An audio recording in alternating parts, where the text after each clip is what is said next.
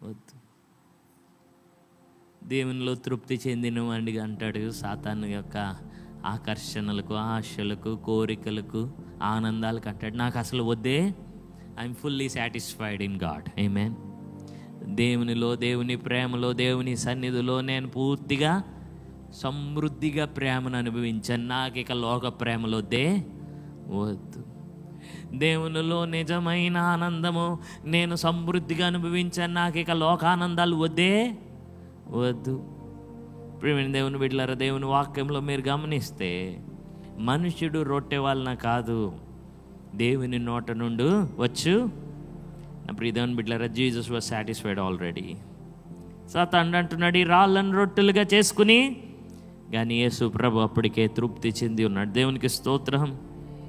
నా ప్రియ దేవుని సంగమా, యేసు ప్రభుకి తెలుసు, ప్రవక్తల ప్రవచనాలన్నీ తెలుసు, ధర్మశాస్త్రం అంతా తెలుసు.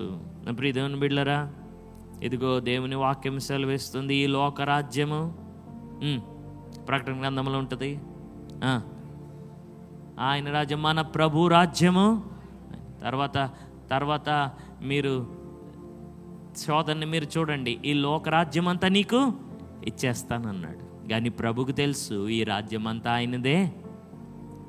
ఇప్పుడు ఆయనను ఎవరైనా శోధించగలరా?